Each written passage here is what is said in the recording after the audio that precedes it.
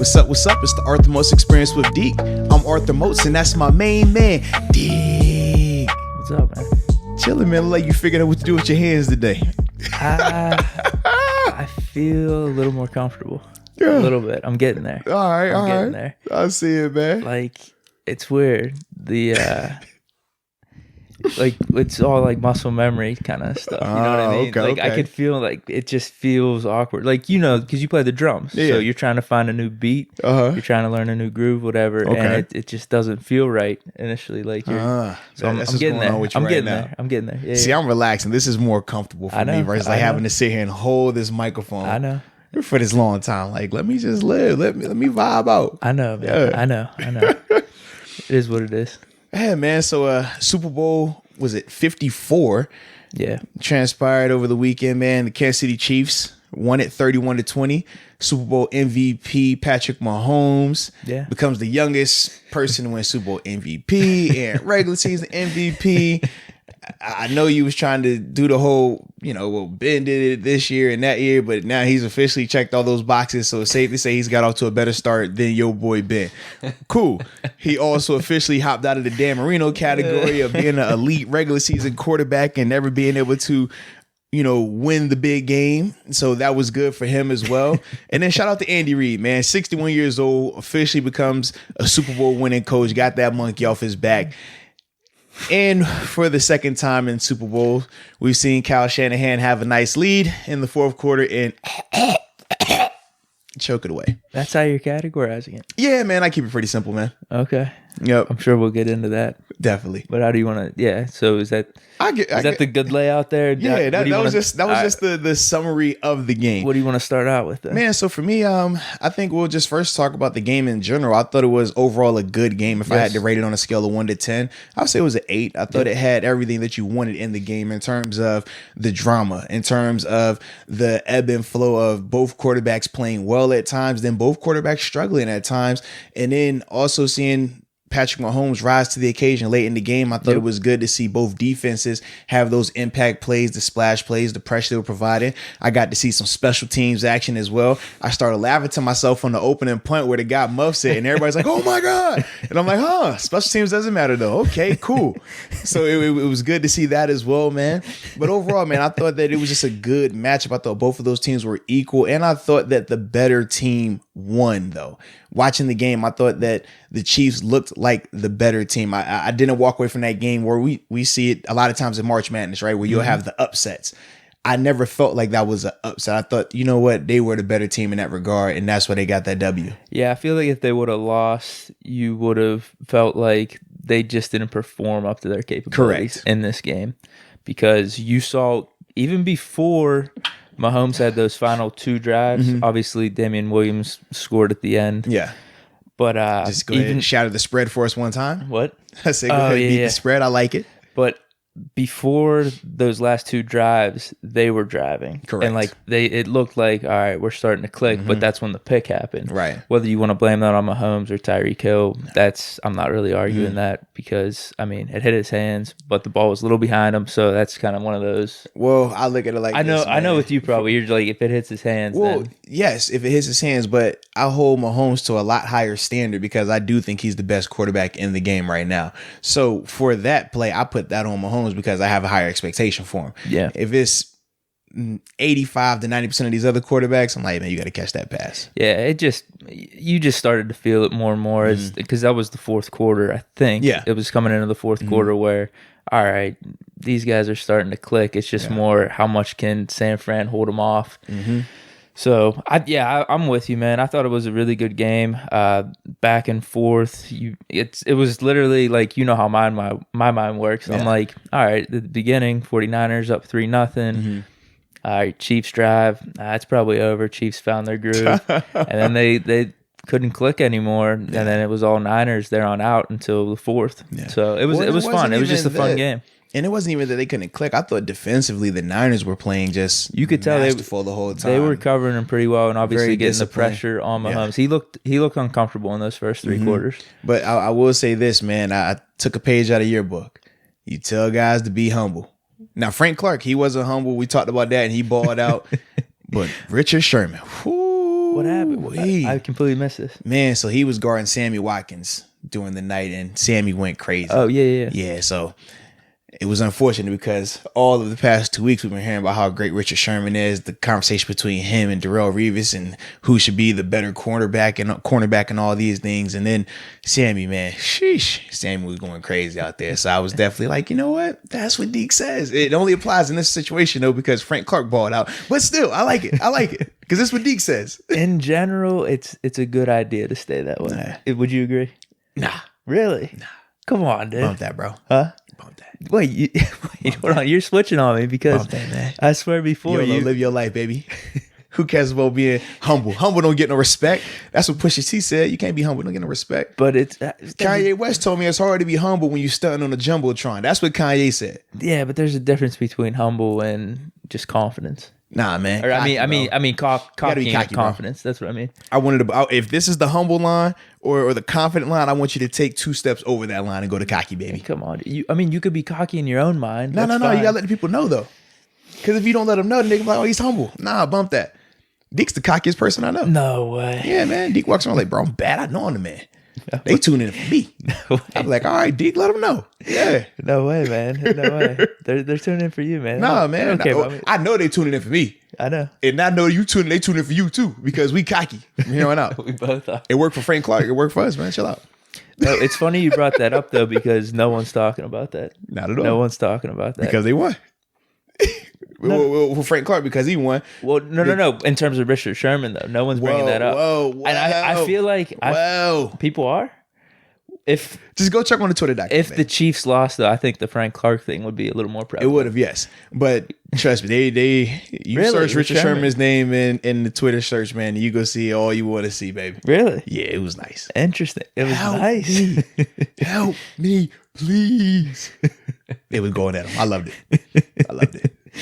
Yeah, overall, I think we both agree it was a good game. Obviously, not a blowout at all. Came down to the last few minutes, and that's kind of all you can ask for. I mean, you're not always going to get the Steelers Super Bowl 43, the Giants Patriots, the what happened last year, or the Patriots Eagles came down to the wire too. I mean, this was close. It was just like a drive off. That's all. Yeah. Well, and the thing too that I liked was, we talked about the Niners defense, right? And how they were highly regarded coming into this game, one of the top defensive units throughout the whole season. And we had our question marks about the Chiefs defensive unit, but it was good to see both units rise to the occasion. But I thought the Chiefs were more impressive in terms of what they were doing. Granted, they had the easier task of the two in terms of them having to stop Jimmy G and that Niners offense versus the Niners defense having to stop Mahomes. I thought the Niners defense played like extremely well for 3 quarters. And then about midway through that fourth was where you saw that lapse. Matter of fact, when Travis Kelce scored, when he scored that touchdown, I was like, oh man, it looks like it's switching right now. And from there, you could see the Niners defense started to look like they're questioning themselves a little bit, whereas the Chiefs defense, they started to feel more excited and turning on a lot more. And then they were able to really just let their pass rushers go. I was surprised at how well they were able to contain the Niners running game as well.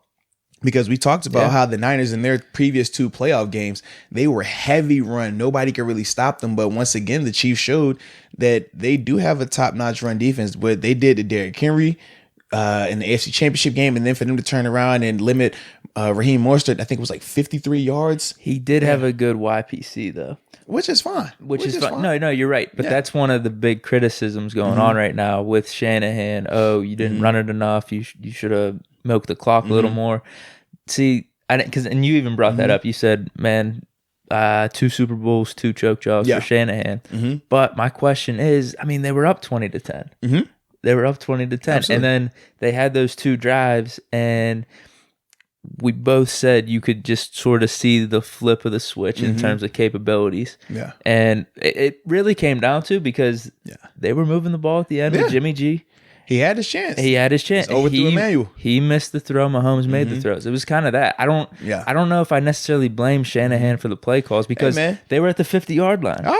I agree. But it's more fun to blame Shanahan. Man. It's more fun. And I told you that was going to be the conversation, though, even before the game. We said regardless of which QB loses, we said the pressure really falls on Andy Reid. If he loses, it's Andy Reid. He didn't get it done. He held back the Chiefs. He can never win the big game, because that's what's always been his MO, right?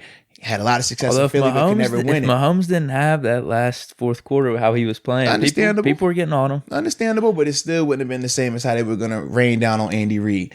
And then the flip side with Shanahan was if they were to lose, that was going to be the conversation in terms of him having 2 Super Bowl appearances now where he's been outscored. I think it's 31-0. It's actually more than that. It's 40-0 in the fourth quarter of 2 Super Bowls.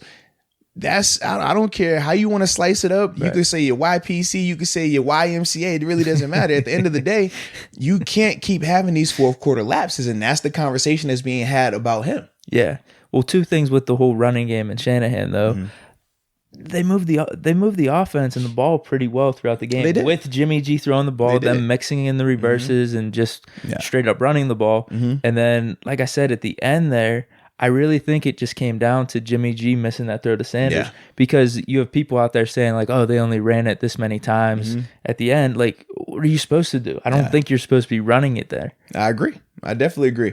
I think at the end of the day, if Jimmy G makes the throw, like you said, it's a totally different conversation. But because he did not, and because they did not score in the fourth quarter, that's the reality of it. You have to face it. So regardless of your personal feelings on Shanahan, when you go and have 2 Super Bowls where you're leading going into the fourth quarter, and you don't score at all, that has to fall on coaching right there. You understand you want the players to make the plays, but we're not going to sit here and put all of that fourth quarter on one Jimmy G overthrow.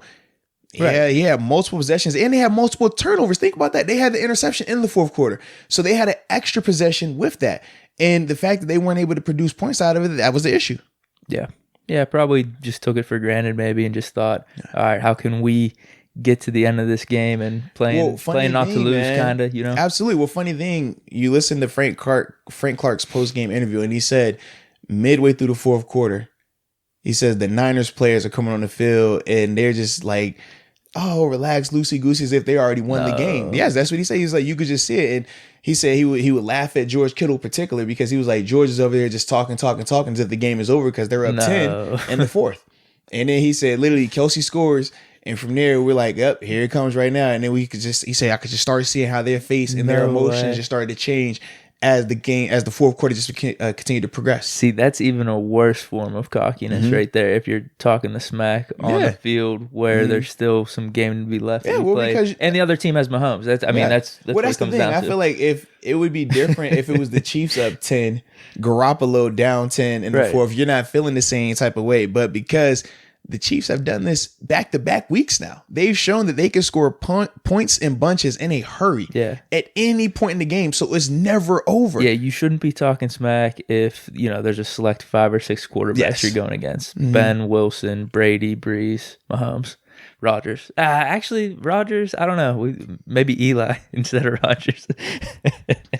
I'm not even going there with you because I heard the first quarterback you listed. We're not doing that today. He's in that select 5 or 6. We're not doing that today. But now when we talk about just transitioning to the offensive side, though, man, I thought with Mahomes' performance, even though statistically it wasn't his best game, this was one of the games that I was most proud of to see him play like that because it's easy to be confident. It's easy to play well when everything is going right. When you're making all your throws, when you're not turning the ball over. That was the one thing that everybody praised Mahomes about. He never turns the ball over. So the fact that he had 2 interceptions that were both on him, both of the passes that he threw to Tyreek Hill, the one he throws too far to the outside, he should have put it more inside, got intercepted by the linebacker, and then the one where he throws it behind Tyreek, and that becomes an interception as well. Both of those were on him, and he'll attest to that. But to see him be able to overcome that adversity, to mentally stay where he needed to be, because let's be real about it. When you're throwing, man, this is the Super Bowl. It's the fourth quarter, and you throw a pick, man, that could be, if the Niners would have went and scored on that drive, that could essentially have ended the game. Yep. So for him to see how he was still able to lock in, to still maintain that confidence, to still be able to go out there and know that, hey, man, I'm good enough to go out here and ball out. It doesn't matter what's going on. Like, for me, that's what I was really impressed by versus some of the other performances where he's just throwing up gaudy numbers. Because, like I said, when everything's rolling, it's just like, all right, this is easy. Yep. But I want to see how you respond to that adversity. How do you respond when you have a couple of mistakes? And I thought he did a great job with that. It factor, right? You call it what you want to call it, man. Dude, but I'm with you, man. Very impressed because you could throw the numbers aside and, I lean probably a little more this way to a fault where, all right, when it's winning time, when it's that fourth quarter, when you got to make the throws, you got to come out with a big drive, and you do it. Like, that impresses me, and he did that. It was awesome. All the throws, like the fade ball to Sammy Watkins up the sideline, the one that obviously they're blasting all over ESPN where he drops back really far to Tyreek Hill. 3rd and 15. Dude, he was on the money, man. He was on the money. And the big topic right now, though, is with him winning the MVP. A lot of people are saying that he shouldn't have got it, that it should have been Damian Williams. Where do you stand on that? Stop it. It wasn't even close. It was Mahomes. Mahomes from start to finish was the only reason why they were doing what they were doing. People look at the last run by Damian Williams, and that gave him over 100 yards, and it was like the exclamation point. When you talk about value, right, his value there was no value. Like, he could have just slid after that first down. And it would have been over. It didn't matter. But people, you know how it is. They want to always try to give the difference of opinion, or, hey, no one's saying this. Let's say Damian Williams. Like, we know for a fact, you could have took Damian Williams out that game and put whoever you want to be in there. It's totally different. You take Mahomes out that game and put somebody else in there, it's not the same. And that's how I view the MVP of that game. Now, don't get me wrong. Damian Williams still played a great game. There was without a doubt. Jukes and shakes he was making. Yeah, but the same argument you can make for him, you can make for Sammy Watkins. Sammy Watkins was balling out. You can make an argument for Tyreek Hill, who had arguably the biggest play in the game. You can make an argument for that. So that's how I look at it. But the one constant, the one person who made everything go throughout the whole game, regardless of who was the moment was with them or without them, it was Mahomes. And that's why I say, for me, it was clear cut. He was the MVP. And the flip side is this: if Garoppolo makes that throw to Emmanuel Sanders and they win, then Jimmy G was going to be the MVP because he played to that level. He was their reason why they were moving. He was the reason why they were being successful on offense for the Niners. 100%, dude. I'm with you. I don't see it any other way. You could look at the stat lines, and I don't really care about that. He had 3 touchdowns. I mean, right, two passes and 1 on the round. Yeah, if you want to talk about, the stats, he had 3 touchdowns there. Was it 286? It's 26 and 42. But either way, man, I don't care. Like, he was the reason that they got back into that game. No simple question. as that. It's simple as that. So, and yeah, obviously Damian Williams had a really good game, but in terms of getting back into that and winning the football game, Mahomes was most valuable. Simple as that. Absolutely, man. Now I have a quick question. We're talking quarterbacks a little bit here. Did you notice something with how they were doing the new graphics on Fox? Talking about where they had the quarterback stat line at the bottom right and the bottom left throughout the whole game. You didn't notice that? No, I was at an event while I was watching the game, man. Okay. Yeah, dude, I'm not kidding. Well, because here's the thing: the stat line, that the background for it, they had the lettering in white, and the background was a little. What would you say? It had opacity to it, where it was see through, so I could see how it might be hard to see. Yeah, but they had Mahomes stat line when KC was on offense. Okay, and then when San Fran was on offense, they would have Garoppolo's. I was gonna ask what you thought of that, because I know you're a defensive guy, and I know fans and media glorify the quarterback. Man, at the end of the day, the quarterbacks are getting paid what they paid because of people want to see that. So I'm not against it. Okay. Yeah, I just didn't notice it. Like I said, I was at an event. I just chuckled and thought about you. I'm like, oh man, this is another way they're pumping up the quarterbacks here. Listen, man, quarterbacks are important. Their job is still the absolute most toughest to do. And that's never going to change. In terms of them having to know everything that's going on offense, they got to know everything that's going on defense. They have to make the throws. That's still the toughest, hands down. So if they want to get that praise, absolutely give them that praise. People tune in because they want to see that.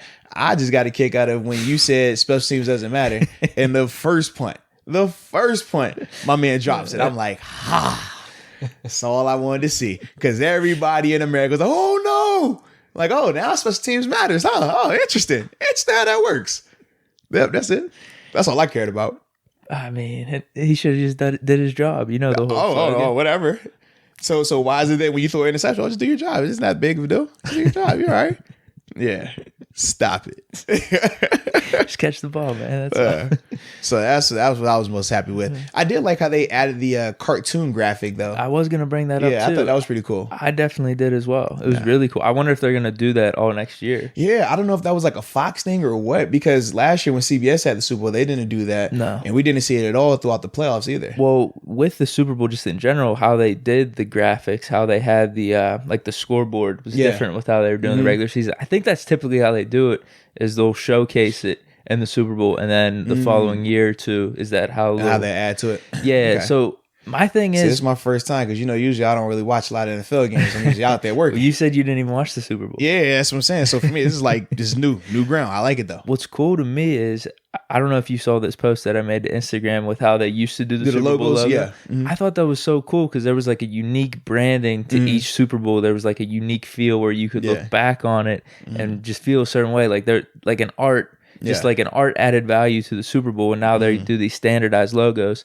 So that's why I thought the cartoon stuff was really cool, and I think could be even added more and more to, I guess, the production, because art it's just a cool thing. It gives an aesthetic feel to things. Absolutely. Well, and I will say this: the art element of the logos prior to is. I feel like we always talk about art is subjective. You said you liked them, right? Yeah. For me, I never liked them. I thought they looked super cheesy, bro. I'm not gonna lie. That was just always my thought process. Yeah, I like the new look now. I'm like, thinking this is clean. This is like up to the times. Like some of the stuff, and then you throw them on the hat. So I'm like, I understand the meaning behind it, and I love that. I understand the significance of it. But yeah, I was never a fan of how it looked. Bro. Wow. Wow. Just figure I get that off my chest. Okay. I guess there's nothing to argue about it because you just said art's subjective, man. Absolutely. Man. Yeah. Man. Okay. So another hot topic from the game, though, the halftime show. Who were your thoughts on it, man? I didn't really watch it too much. I was out and about too. I was down North Shore at some bars and stuff. I mean, it was cool, man. I mean, I thought the production quality was nice. Like I think they put on like a good performance. So I got nothing bad to say about it. Yeah. People were like, hey, man, it was family friendly. It was too much shaking and gyrating and all that good stuff, man. Oh, man. Dude, I'm not a dad. You see, you're a dad. I feel like you're no, for me, man, I have an issue with it. I was laughing because, so when Shakira gets on and she sings My Hips Don't Lie, first thing to my mind, I'm like, bro, is that your like only like modern song? Because like I don't really listen to them like that. Right. And I was like, why are you playing Hips Don't Lie song? It's so old. And me and my oldest KK, we started laughing because KK starts dancing because she used to play the Wii growing up. Yeah. So on the Wii, they had the dance game up there, and that was one of the big songs was Hips Don't Lie. So she would know all the moves. We actually would do it together with the Wii. So instantly KK started breaking out to the dance. I'm like, all right. And I'm like, hold on, when you were 7, that move didn't look like that. Now at 13, I'm like, nah, bro, you gotta stop that, man. Go get in the car. Get in the car. We ain't doing that no more. You crazy? So it was a little different for me in that regard. But overall, man, I ain't have an issue with it, man. I'm a firm believer in like, just be comfortable in who you are. If you're 50 or if you're 40 plus 50 years old and you feel comfortable in your skin, you feel like you could dance and still have a sex appeal, well, do that. And I always find it funny that I feel like the masses, we want to like praise it in certain situations. If it was like Beyonce, for example, when she was doing hers, no one has an issue with it, right? Look how empowering she is. No one has an issue, but because it's J-Lo and Shakira, they're like, there's some jealousy going on. Hold on, man. How can they still move and look like that at 50? Well, I don't look like that. Why John looking at her like that? And I think that was some of the stuff that was going on. I thought it was funny, man, because I'm just like, they trying to show that they still got it, man. I'm like, J-Lo, look at still living curl again, man. You still got it. You're a fly girl. There's definitely a little jealousy there. Yeah, without a doubt, man. The funniest thing though is you mentioned like 40 or 50-year-old. I want to bet. Because my buddy was so confident that, oh man, she's like 40, and the reason I knew this is because she turned 50, earlier in the summer, and there was a radio show, Lebitard show I was listening to. They were like talking about it, and I was like surprised too whenever they said J-Lo's she's 50. Shakira's like 45 or 46. Yeah. So hey, shout out to them, I guess. But I feel like the older mom group, and not saying that 40 or 50 is old, but just like the more seasoned mom group, they weren't really feeling that. They're like, yo, Benjamin doesn't look at me like that. Why is he looking at them like that? Hey, they just should have turned off the halftime show. That's all. Hey, man. They felt that way. Hey, and then on top of that, I'm like, y'all talk about it being family friendly. I'm like, you watch the Super Bowl where it's really grown men out here trying to kill each other. They're trying to knock each other out. And you're talking about family friendly. Like, stop it, man. Yeah. You know what this is? Yeah, exactly. And it comes back to the whole... I think this was brought up in the past, something about them promoting beer and stuff. Because there was groups that would be like against that. Like, why is the NFL like promoting beer? But like, they're not as active in terms of like being, I guess, morally ahead of the game. But it, like, I don't know. Like you said, at the end of the day, it is. I mean, you're promoting to like, guys that want to drink beer and watch the game. Yeah, like what's your market? What's your target audience? We do our target. We know we gather some data. You know what I mean? We like to check out the scene. we got our pulse on things. Yeah, gotta have your pulse on it, man. That's what we do. Yeah. So, but it's funny though. At the same time, like you said last podcast or two, where how can we do both? Where we're not being ashamed of like, all right, we're targeting this group, but we do want to make sure things are clean, and we want to have a high standard with that. And it's possible. Yeah. You could do both. And I do think as a whole, the NFL has done a great job in terms of playing that line of still keeping the morals, but at the same time appeasing to the masses. I think that they've done good in that regard, but it's difficult to do. I mean, it's a fine line you're towing. Yeah, there's more like situations and things that come out, and you I guess do your best, make mistakes, and then move on and try to get better. That's all. Absolutely. And like you said, at the end of the day, I think that's NFL is constantly trying to move forward with that. I mean, you're going to have critics here and there, but at the end of the day, you're always trying to move forward. Absolutely, so, man. Interesting conversation there. Yeah, man. Now, did you have a favorite Super Bowl commercial? The Brady one, hands down. Hands down, okay. Hands down. That was impressive. That was dope, man. Dude, he's more and more with this social media stuff and just how everything is with marketing. He's showing his personality more and more. I like it. That was good, man, to be playing, because obviously... Well, he dropped the picture and nobody knew what was going on. He has the big decision coming up, and obviously people are talking about it, and him playing with it, dude, that's impressive. And then his acting chops in the commercial was good. Like, he played that... I don't even know what you would say, like sarcastic. I don't know the tone, but like that was impressive. The Brady one, hands down. I like it. So for me, man, I love the opening one because like with the kid, he's like running through and everything like that. And how they went from commercial to like it went from commercial to like live.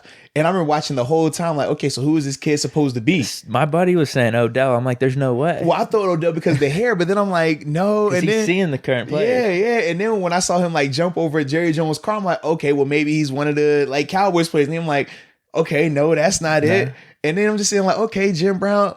I said, oh man, my favorite scene was, I think it was Ray Lewis in New York City hitting the random dude into the like food truck. I'm like, oh, this is nuts. Because it reminded me of the commercial last year that was where so they had good. all the NFL like legends in there. Yeah. So for me, man, I thought that was dope. And then, like I said, just to see it transition from commercial to live broadcast and them still filming it live of the kid running onto the field with the game ball. That was really good. That was dope to me, man. No, I'm with you, dude. I'm with you. I guess I didn't.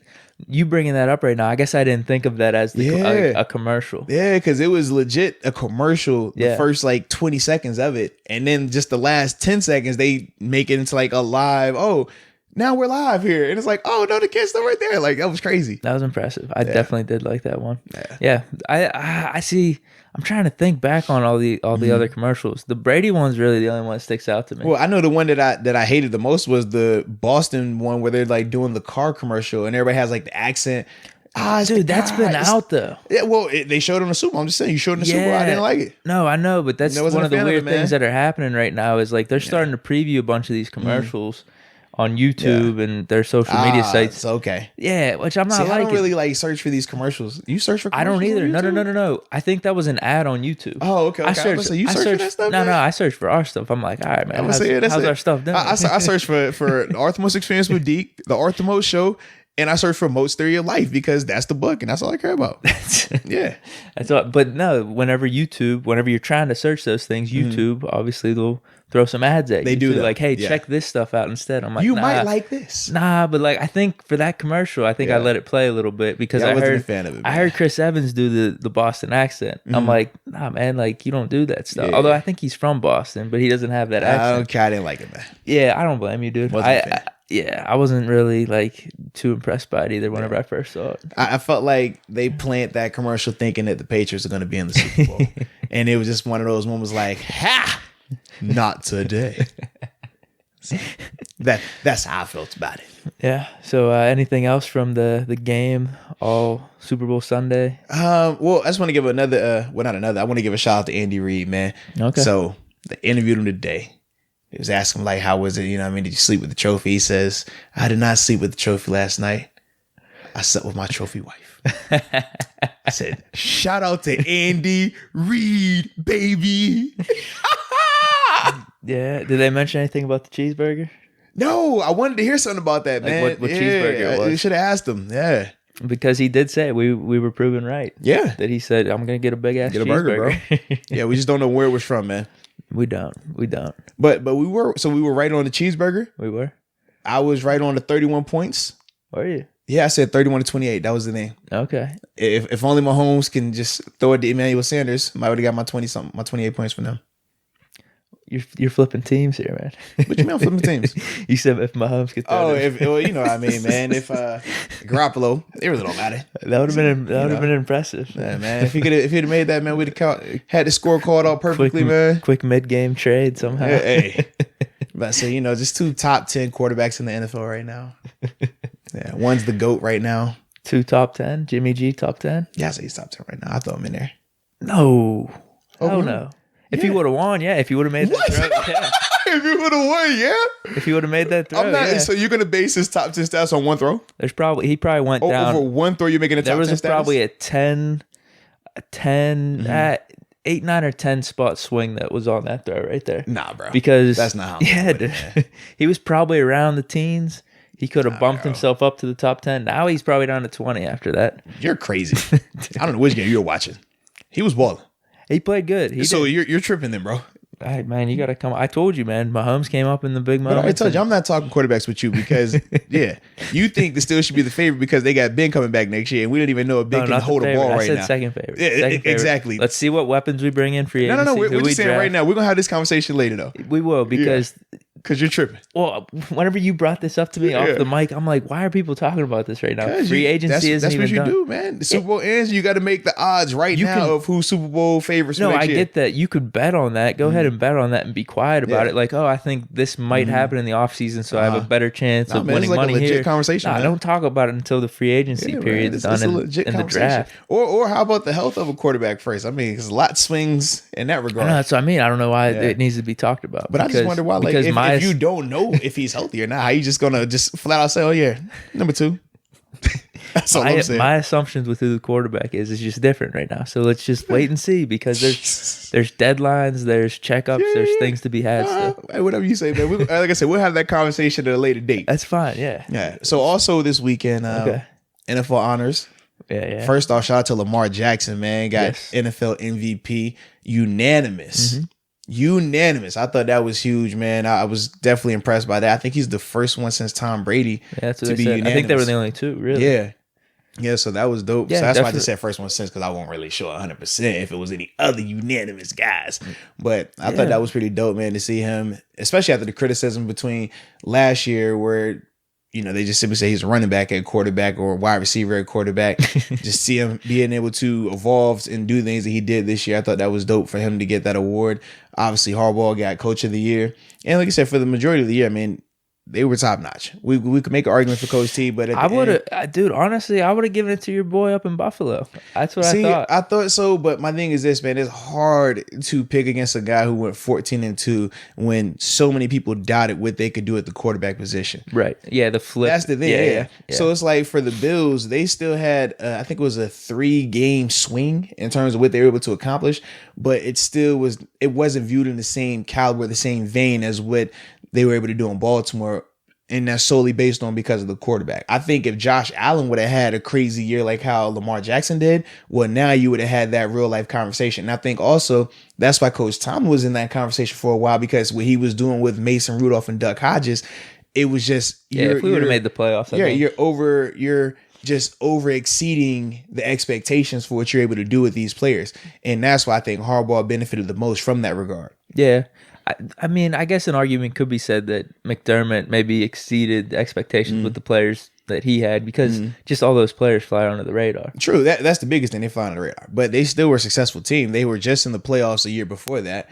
They had missed it last year, and then we're back in it this year. So it wasn't as if it was, oh man, it's the Bills that, of the old that only win 4 games. That's just the perception from the national standpoint, but anybody that follows them knows that that's never the case with them. Okay. Yeah, I'm just saying, the past 3 years, who has more playoff appearances? Dude, we're being cordial right now. Let's just keep moving on, because that's all I'm saying, man. Over the past 3 years, who has more playoff appearances? I don't between the Steelers and the Bills. We're not going to do that, though. I don't want to be ripping on the Bills. I don't want to be ripping on the Titans right now. You're right. I'm in a feel-good mood. Yeah, because it's so nice. Because over the past 3 years, we know who's been successful and who hasn't been successful. And you can pick whatever excuse you want to pick. That's all I'm saying. All right. I got my excuses and I got my you just keep that long list of them. All right. Hey, just keep adding to them.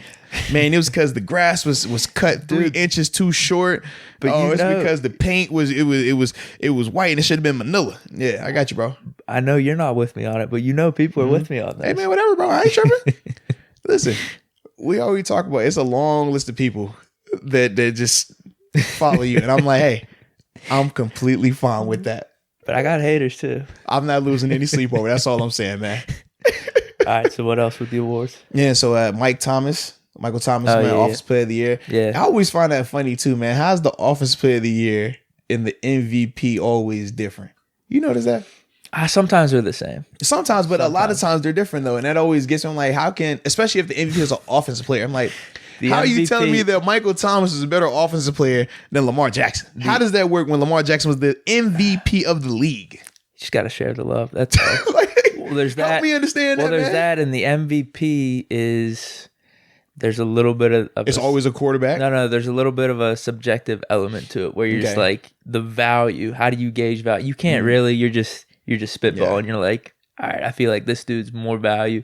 You have the stats to back it up, obviously, but then if the stats are close, that's where you kind of make the argument of like, oh, he carries the team more than the other person. Yeah. You throw in some clutch moments too. If they had some clutch moments throughout the year, you mix it all up. You know how it is, man. Nah, I don't know how it is. I'm telling you how trying to figure out how's Michael Thomas the Offensive Player of the Year, but Lamar Jackson's the MVP. You're saying Lamar just should have got both? I personally think so. I mean, yeah. Or if that's the case, Michael Thomas should have got both then. I mean, like, I get what you're saying, but all right, so here's the thinking then. Here's the thinking. All right, you take educate me, please, Deke. This is the whole value proposition. Yeah. You take Lamar off the Ravens. Okay. How are they looking this year? You take Michael Thomas off the Saints. How are they looking? Okay. I think Lamar Jackson is worth more wins to the Ravens than Michael Thomas is to the Saints. Since when has the MVP really been, who's the most valuable to their team?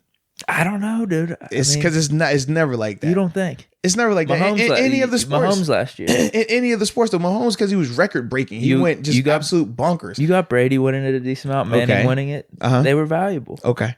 So if that's the case, then why isn't Bill Belichick coach of the year every year then? I mean, it goes back to the LeBron Michael Jordan thing, too. I think so. It's MVP, right? Huh? Who's more valuable, right? Who's the best at it, right?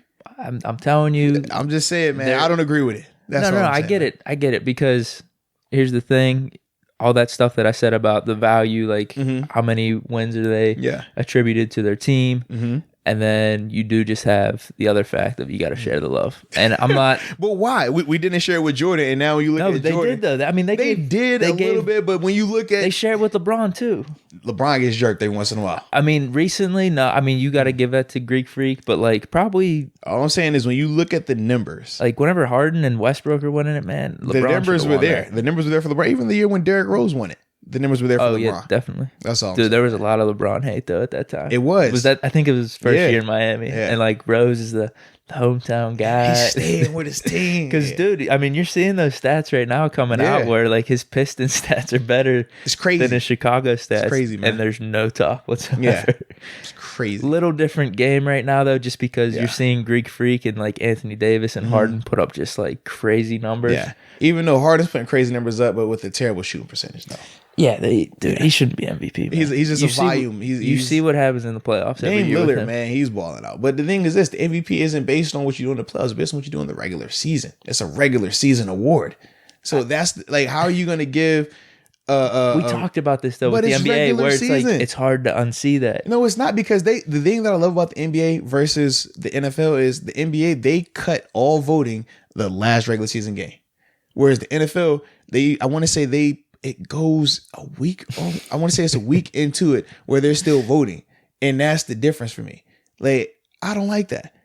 It's a regular season award. If we're talking about playoffs included, they should do a playoff MVP award. But the reason why they don't is because every team doesn't make the playoffs. So, and that's the same reason why they do a separate stat category for your playoff stats versus your just career stats, because everybody doesn't make the playoffs. So how are you going to say, oh man, well, Ben's numbers are this and this and this because he's went to the playoffs 4 times, and this guy over here has better regular season numbers because he never made it to the playoffs. He never got the opportunity. So that's why they put a separate category for just playoff stats. So that's why in the playoffs, they got a separate MVP, the Super Bowl MVP. No, but that's it, though. They just have Super Bowl MVP. And the same with NBA, you got a finals MVP. What if they had a playoff MVP, though? What's the point of it, though? That's what I'm saying. It is, but like, because for example, right, if the Chiefs had lost to the Texans, that game when they were down, 24-3, right? If they lose to the Texans right there, and say the Texans going to win it, so that means it would have been no Brady, no Mahomes. You go down the list of whoever other top, Russell Wilson, he was out. They going, Aaron Rodgers got beat. Then it's like, okay, so how are you going to say this guy's MVP because he lasted 3 games or 4 games where this guy only played 1 game when we know for a fact that's the better player? Yeah, that's the interesting conversation. But if someone had a crazy tear in the playoffs and let's say the Chiefs lost the game and Mahomes maybe still had an extra touchdown, as opposed to the 3 he had 2. Like, you could say Mahomes was playoff MVP though. Like, you give Jimmy G the Super Bowl MVP, but like you could still acknowledge, man, Mahomes had a really good playoff. I'm with you. It's just a thought. It's just a thought. I don't think it would work because they're, like you said, in terms of the games played, there's so many variables there. It would get messy. But that's what I mean in terms of regular season. I think maybe previous years' playoff performances are just because you see that, man, and you realize like that's what I mean with value. Like, this is my thing though. We talk about playoffs. If a team didn't, so you would hold Ben Roethlisberger not making the playoffs the past 2 years then against himself. You would hold that against him. No. Versus you saw Mahomes ball in the playoffs, right? We saw even Jimmy G. He stepped up in the Super Bowl. He played well, right? So you're gonna favor those guys because of what they did in the playoffs. That's what you're saying. I'm talking about Harden, man. Why are you just gonna pick Harden out of this lineup? Him and Westbrook, dude. Well, and okay, so it's the flip side. Because we're talking about value. Like, how much value are you when you can't win playoff games? This is my thing, though. If Harden and Westbrook took the Kawhi Leonard approach and rested, I guarantee you they would look drastically different in the playoffs. The reason why Kawhi looks so good in the playoffs is because he rests 20 games. The years that LeBron, when he's playing great in the playoffs, we talked about how sometimes he takes some games off, right? He will dress, but he's taking some games off. Harden and Westbrook during the regular season, they never would take a game off. They're always going full speed. And by the time they get to the playoffs, they look burnt out. They look tired. Same thing was going on with Damian Lillard when he's in Portland. Same thing. So all I'm saying is we can't make that argument about, they should have looked in the playoffs, but then if they start resting them and not playing 20, 30 games so they're fresh in the playoffs, now everybody's complaining about that next. The question, and you know they would. The question is, though, do they need to be doing that to make the playoffs? Because if they don't, they're not adding value to their team because they're screwing themselves for the playoffs. So you're not trying to get the best seed in the playoffs? Is that not what you're trying to do? Dude, we know how much impact that. I mean, come on. It has a lot impact. Home court advantage. Why do you want it? I mean, how many times have people won on the road? I mean, I guarantee you more times than not, the people that have home court advantage win. The same with the playoffs in football.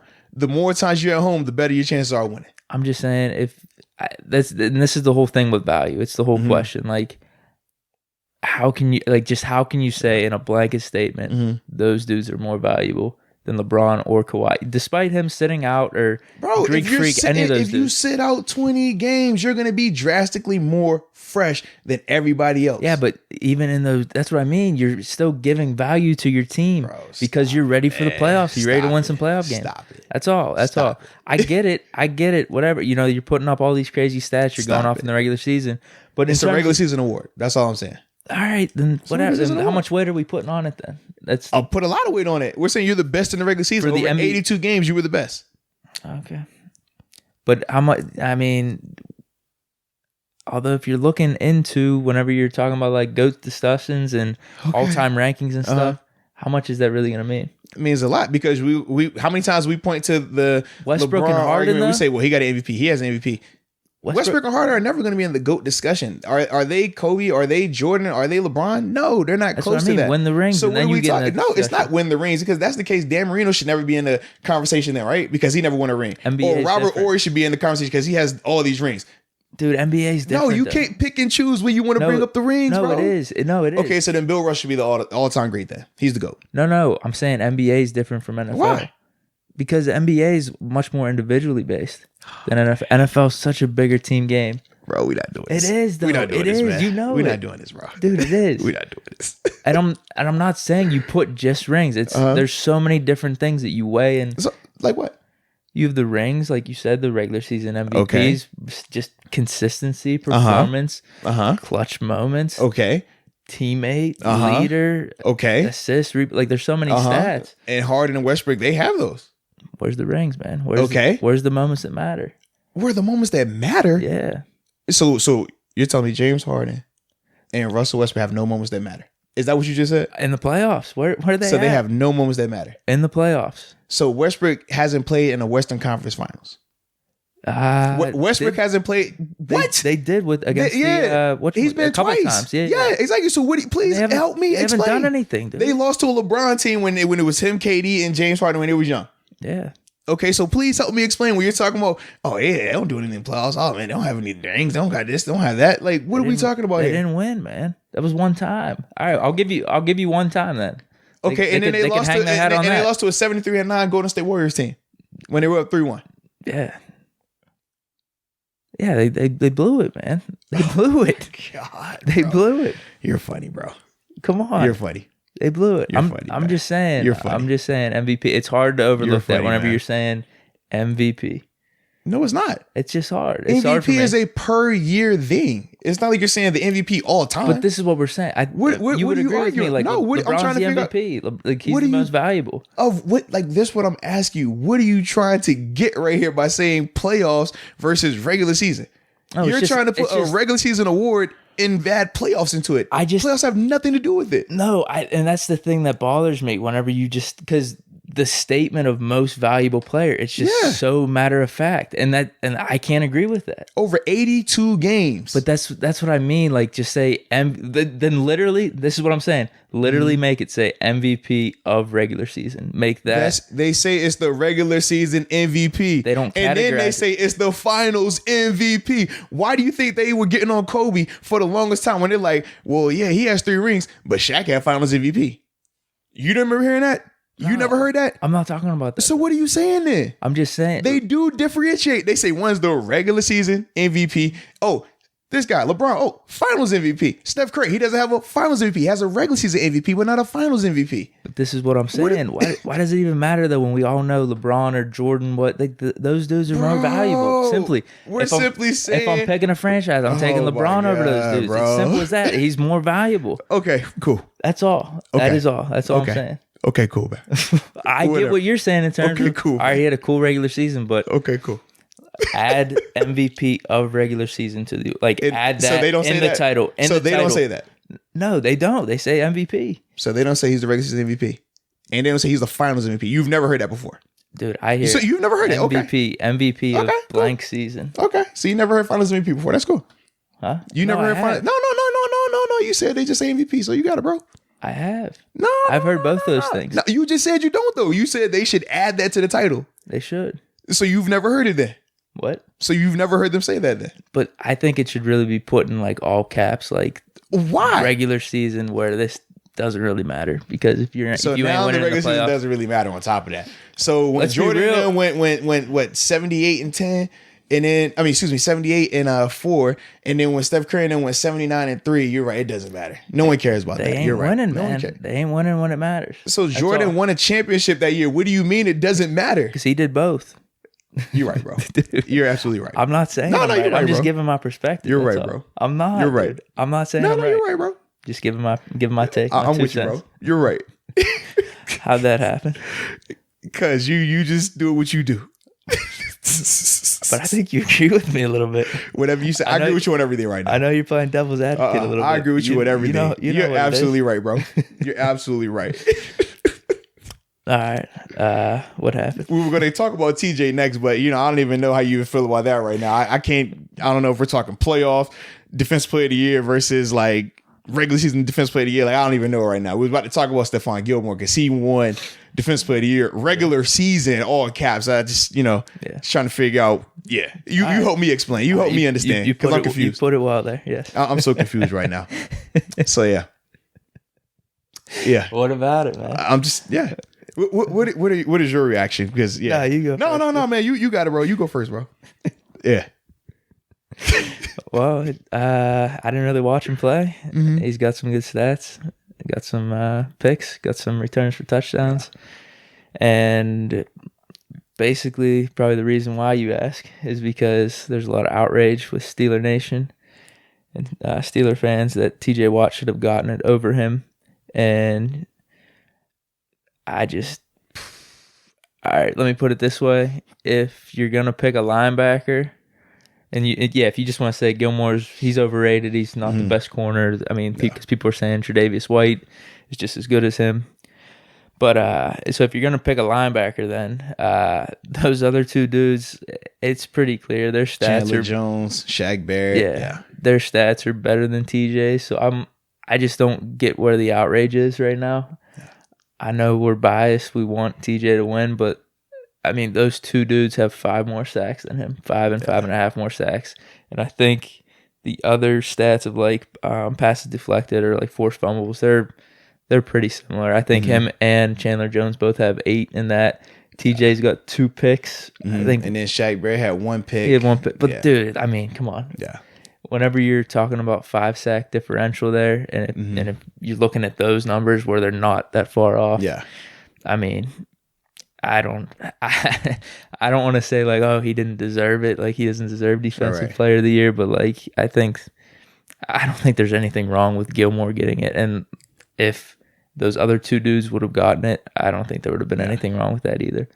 Yeah, man. So for me, I was biased either way because literally 3 of those guys that are running were all my former teammates: Gilmore, TJ Watt, and Chandler Jones. So I was going to be happy regardless. But I do think with Gilmore, I thought he was very deserving of the award. When you looked at his numbers, the most impressive stat is when you're thinking about the way football is played now, right? From a defensive standpoint, you can't touch receivers. We know that, right? And the rules are slanted so that way the offense has the advantage when it's catch points, when it's pass interference, things like that. It's set up for them to be successful. The fact that man has more touchdowns than the people that he guards as a whole. He scored 2 touchdowns. He's only allowed 1 touchdown. And it's not as if he's going against bums. He follows whoever their best receiver is. That's the guy he's lining up on. To me, that is just an insane stat. And then you throw in the fact that he's playing on the Patriots team, which is, they get a ton of media attention. That helps all the time. We talked about that and how that hurt Shaq Barrett and how that hurt Chandler Jones with the Cardinals because they don't play on big market teams where they're getting a lot of attention. For a while, the Patriots defense was talked about as the best defense of the year, right? That was the conversation for them a lot. And if Gilmore is having the impact that he's having on the quote unquote best defense, well then, that's why they were leaning towards that. I saw the argument that Bills fans were making in particular about Tre'Davious White, and I understand it. For Tre'Davious, he never allowed a touchdown, and that was cool. And I thought he definitely balled out in terms of the pass attempts against him. But the thing that when we talk about stats, sometimes not telling the whole story, a lot of times they were still throwing at Tre'Davious. He was making plays on the ball, but they were still taking chances at him. They weren't even looking at Gilmore times. So it's like, how do you even say, well, this guy defended 500 passes versus this guy defending 300 something passes? Like, it's a reason why. Like, it's a reason. They don't look at that man's direction because when they were, he was taking it to the crib. Mm-hmm. And that's night and day versus just, oh, well, he has all these pass deflections and things like that. It was kind of like the argument that we heard about Steven Nelson when he came over. It was like, man, he had 4 interceptions. That's dope. But they're like, well, he was the most targeted corner. So it's, all about perspective of how you want to view that. So I thought when we looked at that particular argument right there, I said, man, Gilmore. Then when we talked about TJ Watt, you already hit on it, man. With Chandler Jones, I think Chandler had 19 sacks. Shaq Barrett had 19 and a half. That's a big difference. People say, oh, it's only 5 sacks, not that big. Okay, it's 10 sacks compared to 5 sacks. Is that night and day? Without a doubt, yes. 15 versus 10, that's night and day. And if all the other stats are 1 or 2 difference, then yeah, you got to roll with the other guys in that regard. So I definitely thought the right guy won the award, and I was happy for him, man. Like I said, that was my young boy, man. When he got drafted, we was in Buffalo, you know, so it was good to see him train with them as well during the offseason down in Charlotte. So it was definitely good to see that hard work pay off for him, even though he's with the Patriots, and I'm not a fan of the Patriots at all. It was just good to see him have some success. I was going to say, at least there's that little caveat for you, because I think people are a little more pissed off because of that, him being on the Patriots. Yes. But at least you could say you were a teammate with him. Good dude. So. Absolutely, man. Absolutely. It's good to see his growth and development throughout his career thus far, man. All right, we done with the awards. I'm still shell-shocked, dude, with that MVP discussion. What? Well, thank yourself for that, man. I'm just like thank yourself for that. I'm just thinking of like what more points I could be bringing up and et cetera, et cetera. But I think it's just over. You got all the answers, bro. You're absolutely right. We just gotta let that sit. Hey, you're absolutely right, bro. You got it, bro. Thanks, man. Yep. Told you, man. Be cocky, man. No more humble. I don't need that. All right. So one more point of news here. Yeah. What you got, man? Go ahead, tell us. So. So I mean I want to see you do so much better in terms of coming in with like elaborate previews, the elaborate speech and stories. Oh, word, that's what I do. You do way better, and I'm just more like boom. And Troy Polamalu made the Hall of Fame. So all right, so that is the news. You do way better than that. All right, so hyping up it. So what my co-host, my colleague was talking about, we had some more big time Steeler news this weekend. Obviously, the Hall of Fame, they have done the Centennial class where we saw Bill Cowher and Donnie Shell make it. And they were down to the finalists. Obviously, Alan Faneca and Troy Polamalu were the two Steelers represented in that finalist class. We found out Saturday night that Troy Polamalu did get the knock on the door. He's officially a first ballot Hall of Famer.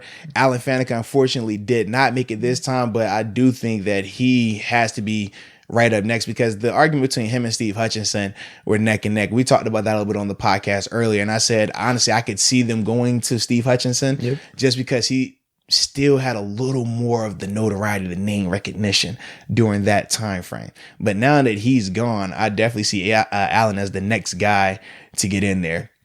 But man, it was just good to see Troy, former teammate of mine, man, just be able to get that knock, see the emotion that he has, and knowing the bad blood, quote unquote, from, him and how he viewed the team when he had to leave the way he did. It was just good to hear him speaking positively or speaking in a positive light about the organization and about the fan base, because it's not easy when you mix the business element into a game that we're so passionate about and that you sacrifice so much for. And then it comes down to a bitter end like that. But it was just good to see that hopefully as a whole, that whole leaf has been turned over to a new era. And now, I mean, just seeing him even after that, man, with a dinner with Mr. Rooney and all the other Steeler Hall of Famers, some former teammates of his, I thought it was just a good thing to see, man. I was very happy for him, man. Yeah. I mean, people say it before that sports bring people together. Mm-hmm. And obviously sports was a little bit of the reason that things came apart, but that was the business side of it though. Right. But now we're getting into, how you played and kind of cherishing that and awarding that with the Hall of Fame. So maybe that's kind of a little way that things can be brought back together. So, well, I mean, for me, man, I was just, like I said, for me, it was surreal because I'm like, man, this is my first teammate that I've ever had to make the Hall of Fame. It's nuts. I tell people all the time, I only got 3 jerseys hanging up in the house. Yep. His, Sid the Kid, and mine. Yep. But it was just dope to see him get in because we all felt that he was a first ballot guy. You just never know that. But you're right. You never know. And then, I mean, you read some of the reports from some of the voters and they're like, well, yeah, I figured since Troy was so overwhelmingly a favorite, I didn't even vote for him. I sent my votes to other people because I wanted to at least give other people a chance. I'm like, that's scary. I don't want to hear that. Like, dude, if he's the overwhelming favorite, if that's the overwhelming favorite, you vote for the overwhelming favorite. Don't try to be charitable. I don't want to hear that. That's crazy. And that's what I'm hearing. I'm like, man, that's not cool at all. Nah. So I definitely wasn't a fan of that element, man, but it was good to see him be a first ballot guy.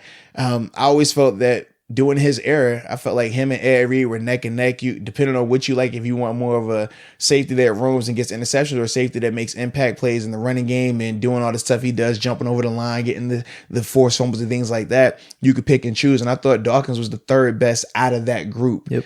And for me, I just thought, it was important to see him get in as a first ballot guy since Ed Reed got in as a first ballot guy to just kind of solidify his stamp in there as, you know, those the arguably the best two safeties of their generation.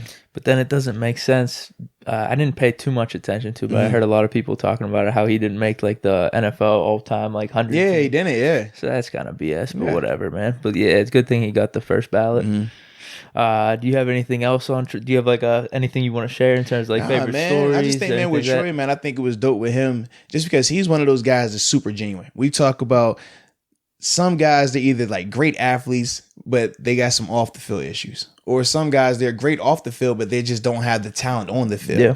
He was the perfect mix. He had both. I mean, it's a dude that he's going to be out doing things in the community. He's going to make sure he's making an impact. Just a good father, good husband, like all the things you want to do. He checks all those boxes. And then on the field, the thing that was so special about him, most of the time you get these guys who are either great athletes, but mentally they can't figure out the scheme, figure out what offense are trying to do to attack them, or they're great at understanding the scheme and what teams are trying to do to attack, but they just physically can't perform it the way they need to perform. He was the guy who has both of those.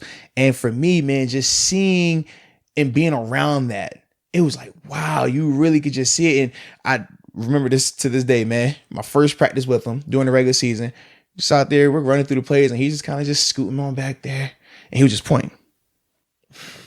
Whatever that means. Let me go over here. Just point. It's like, yo, I got that. I'd have made that play right there. I'd have made it. I'm like, yeah, all right, this is crazy. Like, bro, like you, and like I said, because for me, this is my first time seeing it because coming from Buffalo, they didn't care who you were. Like, you better run and make that play in practice, otherwise it doesn't count. And you see him just, yep, I'd have had that. And you're like, all right. And he got in the game, and literally every pass that he pointed to, every run that he said, I'm there, he's there. And he's making the play. You're like, oh, now I see why they call you TP. I got it now. I got it. Yeah, because it's different. I wasn't ready for that. You know what I mean? You don't really expect it. You don't really know what to expect when you see a guy just pointing. And he's super soft-spoken, just fun dude to be around. Oh, man, da-da-da-da. Hair's just flowing. All right. And then you just see it in person. You're like, wow, like this is different. This is special. Like a character. Dudes don't have that, man. Yeah. And then you just see the difference between, man, Troy with the hair up and Troy with the hair down. Man, Troy with the hair down, you better duck. Yeah. You either get him down or get out the way because somebody going night-night. That's just how he played the game, man. But you love that about him. Like, even before I came to Pittsburgh, like, you always had a genuine respect and appreciation for the way that he played the game. No different than how we talk about Ed Reed. Like, regardless if you were a fan of the Ravens or not, you respect Ed Reed's game. And that's how it was with Troy. It's like, man, like, dude, that's Troy Polamalu. Like, I don't care who you're a fan of. If you watch football, you watch defense. Like, he made it cool to be on defense. Like, people were starting to know, like, oh, man, this dude, Head and Shoulders commercial. Like, who's this guy? He doesn't even talk like that. But because of his impact on the field, man, now you would see him out there so much more. And I thought, man, it was just dope to see, like I said, to be a part of just a small part of his career, but to be a part of it, a teammate of his, man, for a year was dope. And then obviously, like I said, to see him be in that first ballot Hall of Fame category, man, I thought that was legendary. Yeah, absolutely. Good for him. Good for the Steelers. Good for his family. All that. So I don't have too much. TP, baby Jesus in the building. First ballot. You bring a better perspective than me. Obviously, I saw him doing all these plays on the field, and he was the man. I mean, absolutely. Man. I don't got too much else. Yeah. So it was crazy, man. When they were showing some of his highlights, you're just like, dude, this is a 10-minute highlight video, and there's still so many more plays that can be showing, man. Yeah, you know, like they'll show highlights too, where all right, there might be a string of like 3 or 4 plays. Like, yeah, those were nice. Yeah. But dude, these are all like, whoa, like, oh, holy, that's crazy. Shit. Oh, that's crazy. Oh. That's crazy. Yep. Yeah. Like, imagine if you had to be the guy to put his top 10 like highlight plays together. Like, good luck.